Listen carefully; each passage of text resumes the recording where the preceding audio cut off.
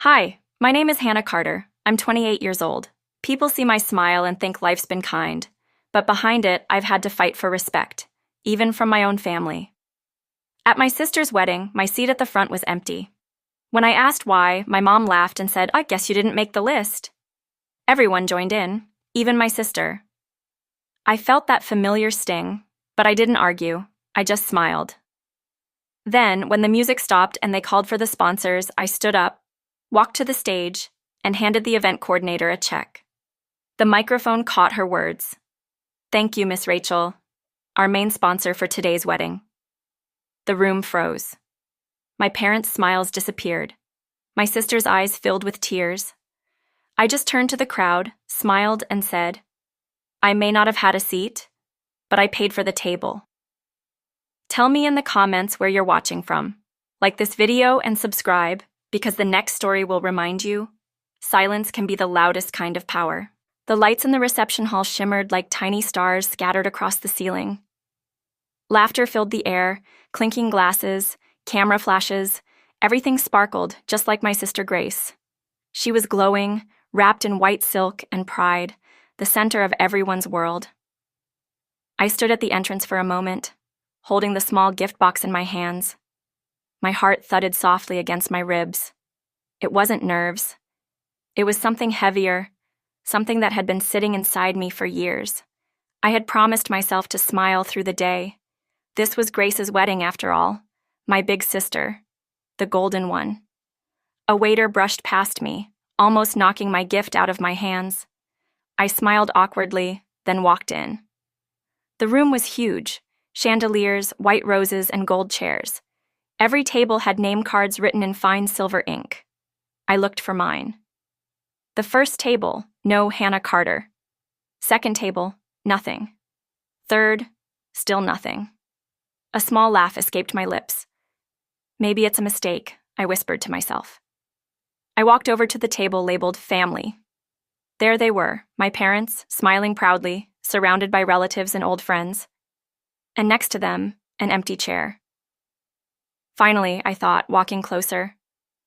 But when I saw the seat tag, my smile froze. It wasn't mine. It had no name at all. Just a plain white card. Before I could ask, my father turned and spotted me. "Oh, look who made it," he said loudly. "Guess you didn't make the list, Hannah." My mother joined in, chuckling. "Maybe Grace didn't expect you to come. You've always been unpredictable." A few guests laughed quietly. I felt every giggle hit me like a small sting. My fingers tightened around the gift box. I looked around, hoping someone would say, "That's not funny." But no one did. Grace was across the hall, busy taking pictures with her husband and his family. She didn't even glance my way. I felt my face grow warm. My heart pounded, not from anger, from shame. For a second, I wanted to walk out, leave, pretend I had somewhere better to be. But then I caught sight of Grandma Margaret sitting quietly near the end of the table. Her eyes met mine, soft and knowing. She gave a slow, gentle shake of her head, as if telling me, "Don't you dare run again." So I didn't. I looked at the empty chair and whispered, "I'll take it." Then I sat down. No one stopped me. No one said a word. The laughter went on, plates clattered, music swelled. I sat quietly, smiling when people looked my way, pretending I was fine. But inside, something changed. It wasn't pain anymore. It was calm. A strange, steady calm that felt powerful. I took a sip of water and looked around. My mother was gossiping with her friends. My father was boasting about Grace's husband's company. Everyone was glowing with pride. I was invisible again. I smiled, placed the gift box neatly on the table, and leaned back in my chair. "All right," I whispered under my breath. "If I don't belong here, I'll make sure they remember me anyway." Grandma Margaret must have seen the look on my face, because she stopped eating and tilted her head slightly. A tiny smile tugged at the corner of her lips, almost like she knew I had decided something important. As the night carried on, the noise around me faded into the background. I wasn't just sitting in that empty chair anymore. I was waiting, watching, planning. And by the end of that night, every person who laughed at me would fall silent. Sometimes pain doesn't come all at once. It builds slowly, like rain filling a glass until it overflows. That's how my childhood felt. Quiet, slow, and filled with invisible drops of disappointment. Grace was born 2 years before me, and from the start, she was everyone's sunshine. She was loud, charming, and full of laughter. When she walked into a room, everyone looked up. When I did, they barely noticed. I was the quiet one, the girl who loved books and drawing houses in her sketchpad. I used to sit by the window and design dream homes while Grace practiced her dance routines in the living room. Every time she performed, our parents clapped and cheered. When I showed them my sketches, my father would nod absently and say, "That's nice, Hannah, but don't you want to do something exciting?" I never understood what he meant. Wasn't creating something beautiful exciting enough? When we both started school, the difference grew. Grace's teachers called her a star. Mine said I was quiet but capable. My parents only repeated the first part. They filled our walls with Grace's medals and certificates. Mine stayed in a box under my bed. I remember one Christmas when I was 15. I had saved my allowance for months to buy Grace a silver bracelet with her initials. I wrapped it neatly and left it under the tree. She loved it, wore it every day. That same year, I won a small city competition for young architects. My design for a public park got first place. I showed the trophy to my parents, proud and nervous. My father smiled for a second, then said, "Grace made it on TV this week, you know? That's something big." The trophy didn't feel heavy anymore. It just felt hollow. But the moment that truly broke something inside me came a few years later. Grace had just gotten into her dream university. My parents threw her a big dinner, invited family and friends, ordered a cake with her photo printed on it. The next day, I received a scholarship offer to study architecture abroad. When I told them, my mother said, "That's good, dear. Grace can help you prepare your documents. She's more organized." They didn't know that the scholarship was one of the most competitive in the country. They didn't ask what it meant to me. They didn't even tell anyone. Still, I went. I built my future quietly. I studied, worked hard, and grew into someone I was proud of, even if they never saw it.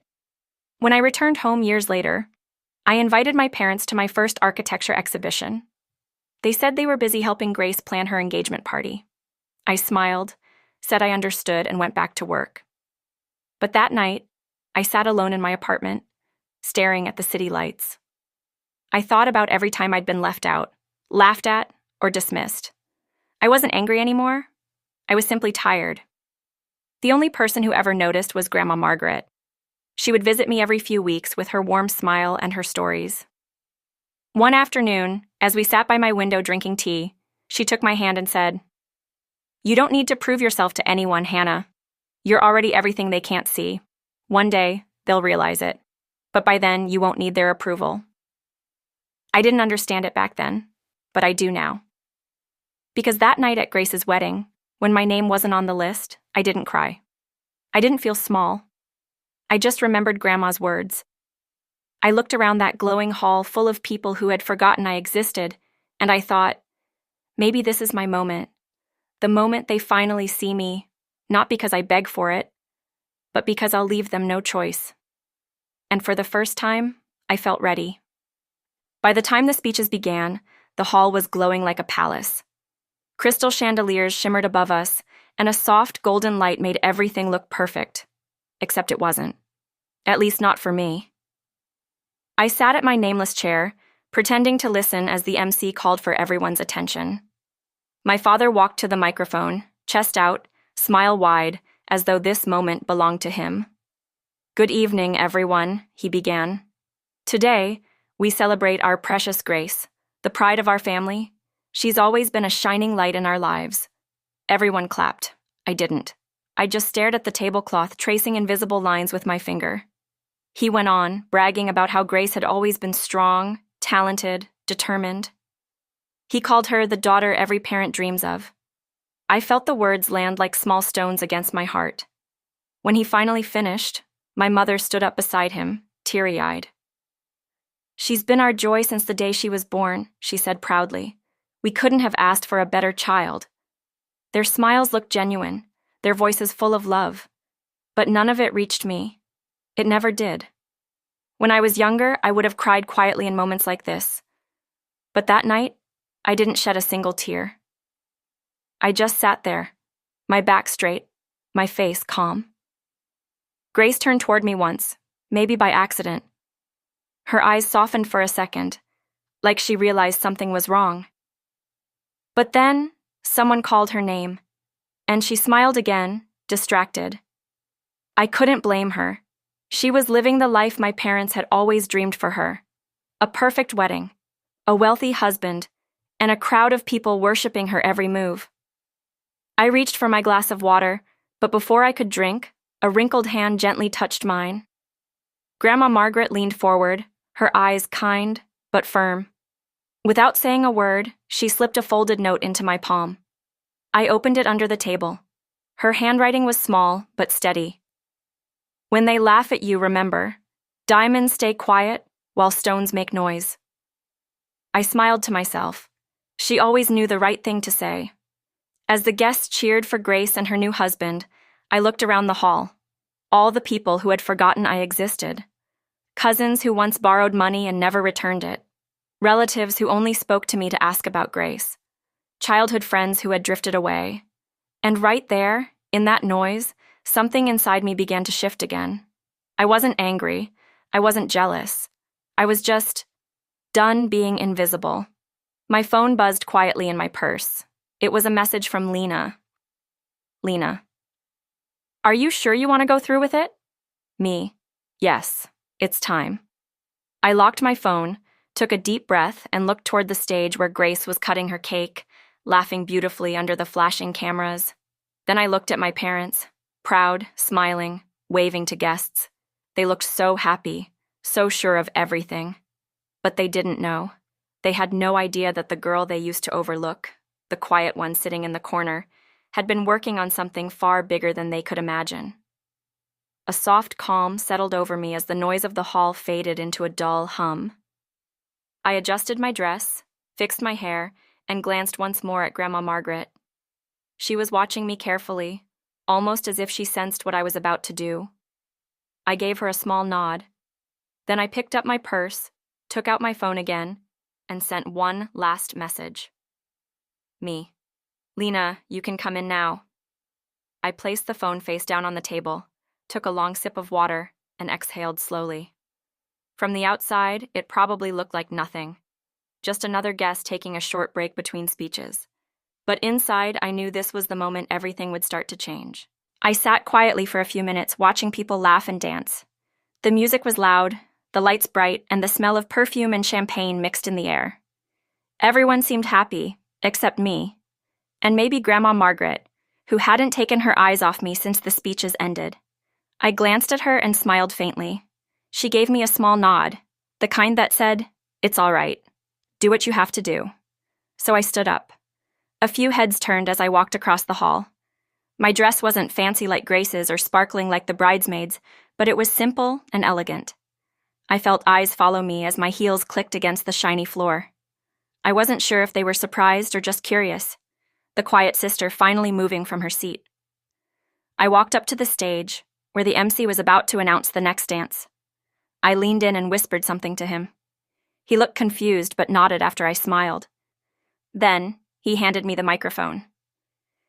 "Excuse me, everyone," I said softly, but the microphone carried my voice clearly across the hall.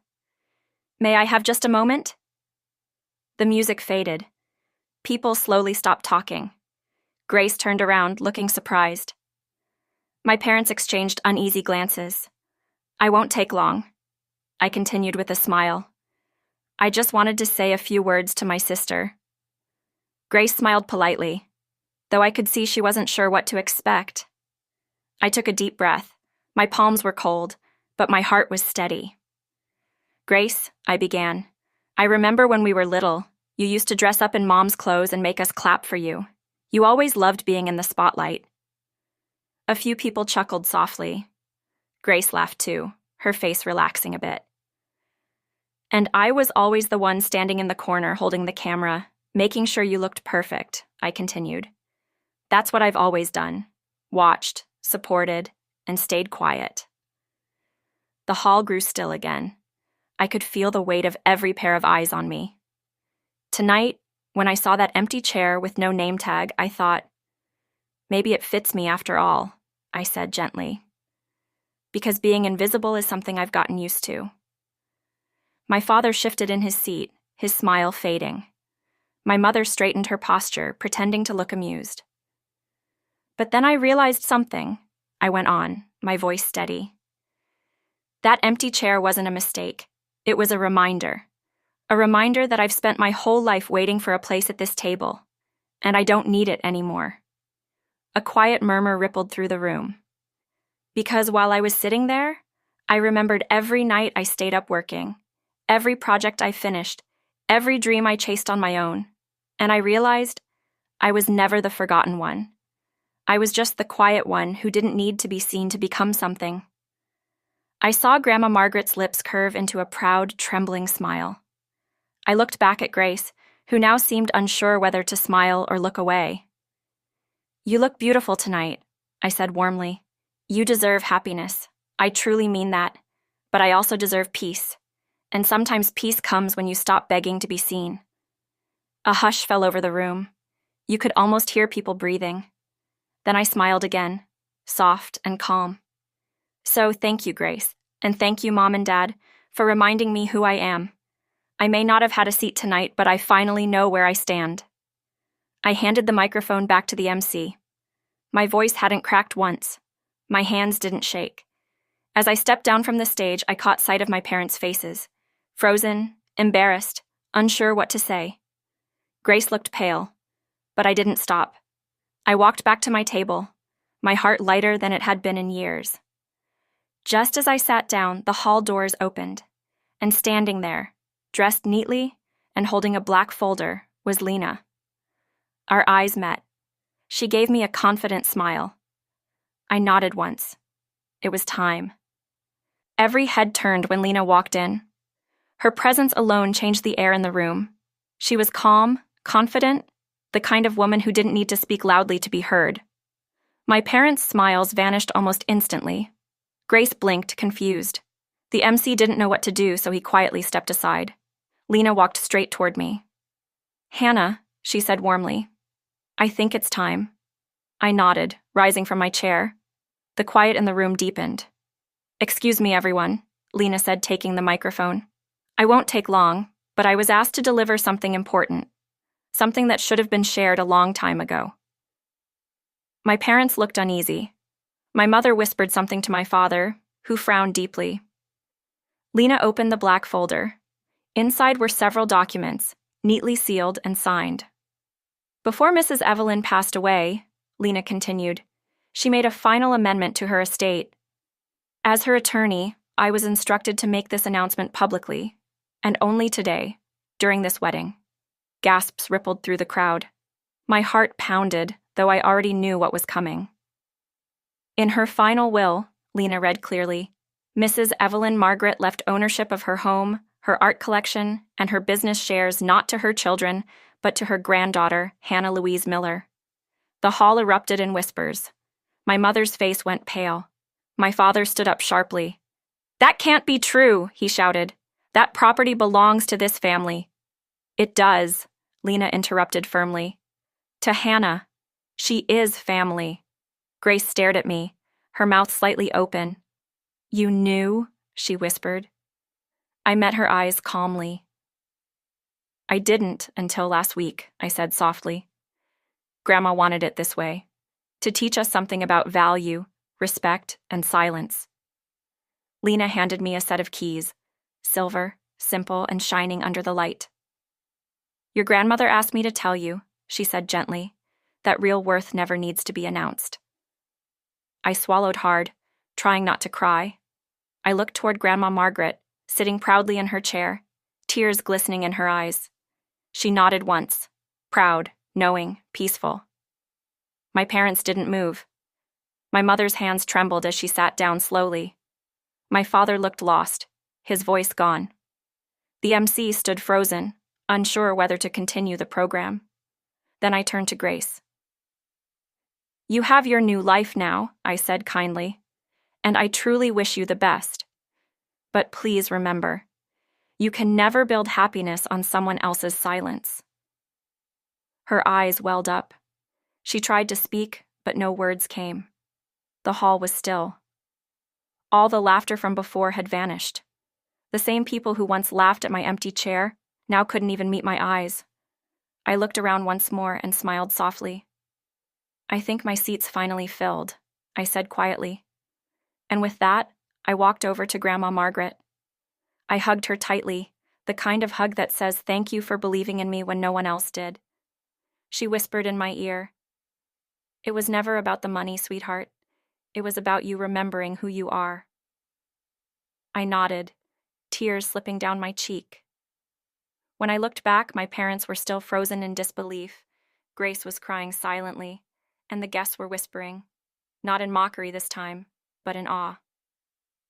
I walked toward the exit with Lena beside me. The moment I stepped outside, a cool evening breeze brushed against my face. The sky was streaked with gold and purple. For the first time in years, I breathed deeply, free, calm, unafraid. Behind me, the hall buzzed with confusion and whispers, but I didn't turn back. I didn't need to. Because that night, I didn't just walk away with keys. I walked away with peace. It's been 8 months since that wedding night.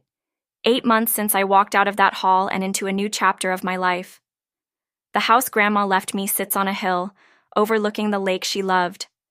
I've kept it just the way she wanted, simple, filled with flowers, sunlight, and memories. Some mornings, I still expect her to walk through the garden gate, humming softly the way she used to. I now run the small art gallery she built years ago. It's strange. People who once ignored me now come by with polite smiles, pretending to remember details they never cared to ask about before. I don't hold grudges. I've learned that silence speaks louder than anger ever could. Grace reached out once. Her marriage, I heard, isn't what she dreamed of. We spoke briefly, not as rivals, but as sisters trying to heal what our parents broke. She cried, and for the first time, I saw her not as the golden child, but as someone who carried her own pain. As for my parents, they haven't spoken much. Pride, it seems, is a heavier burden than guilt. But that's their journey, not mine. Sometimes I still think about that empty chair, the one they left for me at the wedding. It used to symbolize rejection. Now I see it differently. It reminds me that some seats aren't empty because we were forgotten. They're empty because they were never meant to hold us.